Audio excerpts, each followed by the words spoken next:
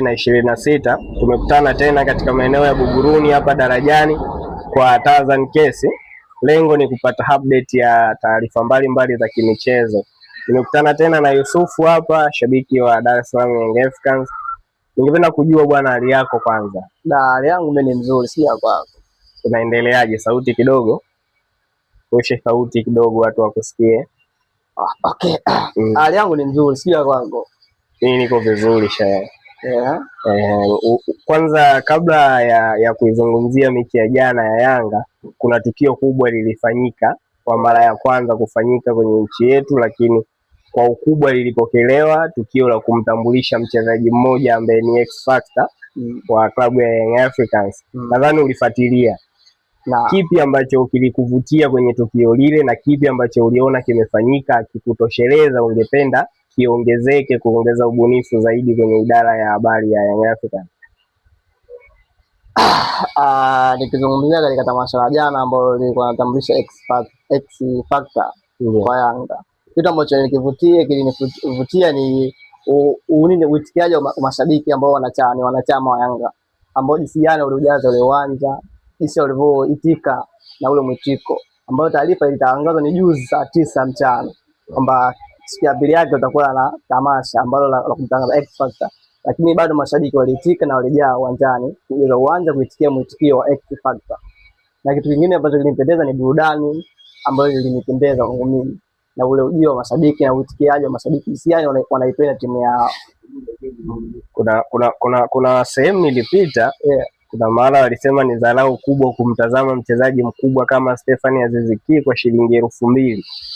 Labda mashabiki nyie wa Yanga mlitamani kiingilio kiwe shilingi ngapi ili kiendane na thamani ya Stephane Aziz Ki? Haijalishi, hamna dharau. 2,000 kwa yeye ana ndogo. Je, ungemuuliza alikuwa nayo 2,000? Kama alikuwa nayo kwa nini hakuenda? Walienda kwa sababu jana hawakuingia mashabiki wa Yanga peke yake. Waliingia pia na mashabiki wa timu zingine, ndo walio support lile tukio lile kubwa kwa kiasi kile. Na pia samani mchezaji pelekane kwenye tamasha, samani mchezaji inapatikana uwanjani. Kwa hiyo kiingilio ni moja tu ya mwitikio wa mashabiki kwenda kumwona mchezaji wao, ili kwa moja burudani kwa mashabiki. Kwa mataifa yaliyoendelea, tunazungumzia magharibi huko Ulaya na kwingineko, samani ya kumtambulisha mchezaji huwa inarudisha samani pengine ya usajili au kuuza jezi ya mchezaji husika. Jana ilikuwa kama exhibition peke yake. Alikuja akaonekana na akaondoka. Unadhani nini kiongezeke? Ubunifu upi? Tuanze kuuza jezi moja moja kama wanavyofanya Ulaya, ama tufanye ubunifu upi ili na sisi tusogee hatua mbele kama walivyo mataifa yaliyoendelea? Tanzania, kwa kuzungumzia matamasha ya Ulaya na Tanzania, bado hatujafikia huko. Kwa sisi bado tuko kitu chetu, tunaendelea kuimprove mdogo mdogo, na sisi tutafikia huko wanapotaka wao. Kwa hiyo hapo unatoa kongole kwa uongozi. Natoa kongole, wamejitahidi. Lakini upande wa pili kuna sekeseke linaendelea kuhusu usajili pia. Mashabiki wapo wanatamani Mo apewe timu, wengine wanatamani Jairuti apewe timu. Wewe maoni yako kwenye upande ule wa pili ni yapi? Kwa maoni yangu upande wa pili siwezi kuingilia, watajua wenyewe na timu yao jinsi gani.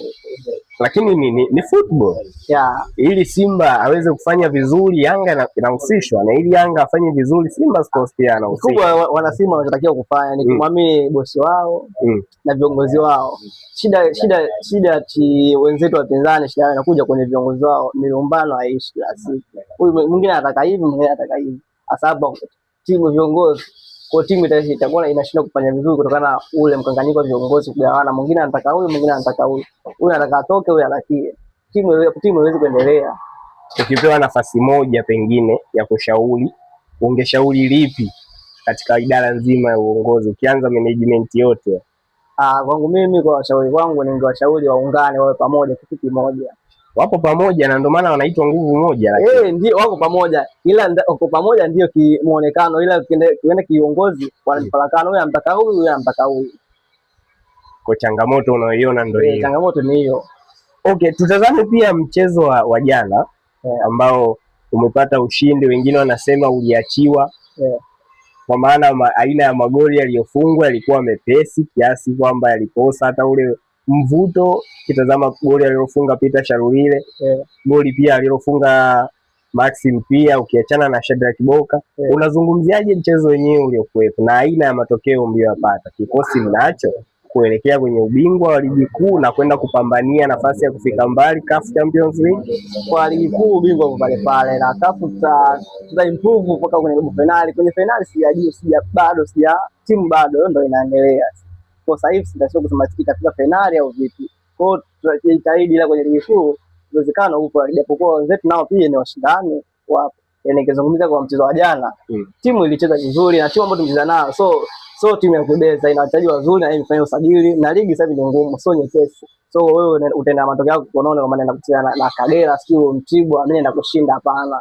Haiko hivyo. Mechi pia timu zile imesajili wachezaji wazuri, ligi ni ngumu, so kiwepesi kama hivyo. Na hata magoli wanasema tumepewa, ndio ni makosa ambayo yamefanyika, wamefungwa, hakuna mtu ambaye atakumpomozea goli, hamna kitu kama hicho. Katika dakika 45 za kwanza water player Sheikh Tule ametoka pasi na kupiga shoot on target yoyote kuelekea kwenye lango la Namungo. Unadhani Young Africans wanamzalisha Dombia mwingine kwenye ligi yetu, ama ni mistake ilitokea kwa bahati mbaya kwa Sheikh Tule kukosa kupiga shot on target hata moja? Hapana, huyo Sheikh Dombia ni clear chance gani ambayo alipata kusema hajapiga hata shot on target?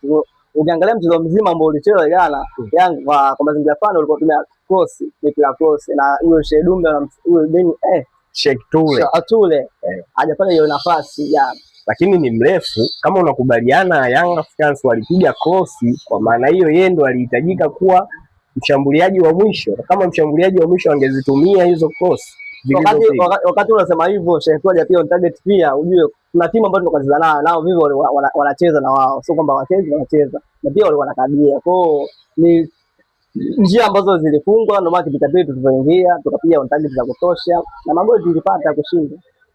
Mechi inayofuata kuna uwezekano wa X Factor Stephanie Aziz Ki pia akawepo kwenye kikosi. Unatamani nani atoke kwenye eneo la midfield ili aingie Stephanie Aziz Ki? Midfield maana namba 10, kwa maana ya kiungo wa kati wa ushambuliaji. Kwa eneo hilo kwa kweli wote ni wazuri. Hapo mimi sina maamuzi, kocha ndo ataamua.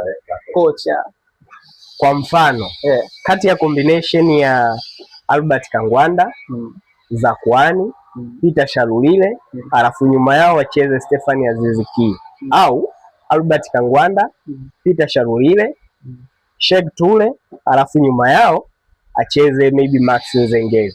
Ipi combination ambayo unaona itafaa zaidi? Stephanie Aziz Ki. Kwa hiyo unaomba yoyote atoke hapo Aziz Ki aingie? Wote tuanza fresh tu. Neno la mwisho kwa mashabiki wa timu yako na mashabiki wako pia. Neno langu la mwisho kwa pamoja na timu yetu, na tuendelee kuipa support. Huyu alikuwa ni Yusufu, shabiki wa klabu ya Young Africans. Ametoa ya kwake hayo ambayo anaona ni mtazamo wake kuelekea kwenye mwanzo. Ndio mechi ya kwanza kabisa tumeanza, bado ligi inaendelea, tutaendelea kuona mengi na tutaendelea kuwa naye pia Yusufu. Kutokea hapo Buguruni sina mengi, mimi ni Samuel Alan wa Sara. Assalamu alaikum.